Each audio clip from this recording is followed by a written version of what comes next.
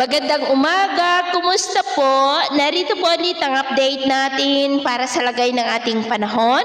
Ngayong umaga po ng December 24, 2024. Sa ngayon po ay nananatili na may isang bagyo pero nandyan sa kanlurang bahagi ng ating bansa ang dating bagyong Romina. Wala naman po itong direktang epekto sa ating bansa maliban sa bahagya nitong nahahatak ang hanging amihan na siya po ngayong nakakaapekto dito sa malaking bahagi ng Luzon.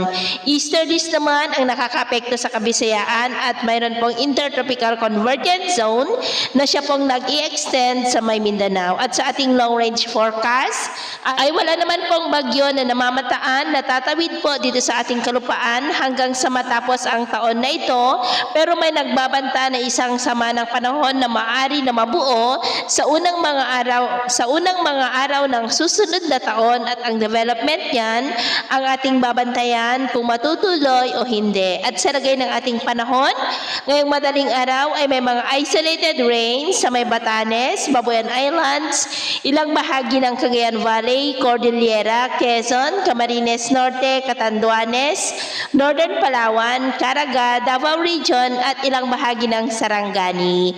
At mamaya ay sisikat naman po ang araw sa malaking bahagi ng ating bansa pero may tsansa pa rin ng cloudy skies with isolated rain sa ilang bahagi ng Cordillera, Cagayan Valley, Quezon, Laguna, Batangas, Camarines Norte, Northern Mindanao, Caraga at Davao Region. At mamayang hapon, posible pa rin ang cloudy skies with isolated rain sa ilang bahagi ng ating bansa, lalo na sa Southern Luzon, ilang bahagi ng Central at Northern Luzon, ilang bahagi lamang ng Visayas at Mindanao.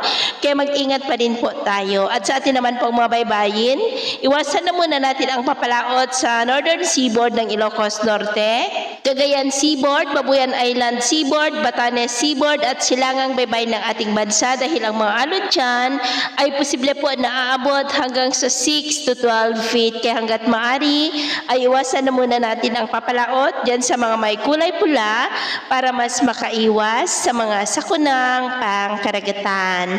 So ito nang latest update natin sa araw na ito. At ako po muli si James na nagsasabing sa kahit na pagsubok po na darating sa ating buhay, huwag po tayong mawawalan ng pag-asa. Thank you and God bless.